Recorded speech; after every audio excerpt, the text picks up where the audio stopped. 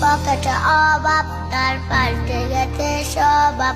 তার মনের রাজ্যে নিল দখল নতুন কোন নবাব। আমার ভীষণ কষ্ট হয়, ওরে সে তো আমার নয়। ওরে করলো রে সে হারিনি কুত অভিনয়। আমার পুরছে পুরকুই বুক, তুই কুড়ারে তোর সুখ। তবু মরার আগে আমি ওরে দেখবো না তোর মুখ। আমার মৃত্যু আত্মাটা তোরে ডাকবে একদিন খুব। আমি দেখ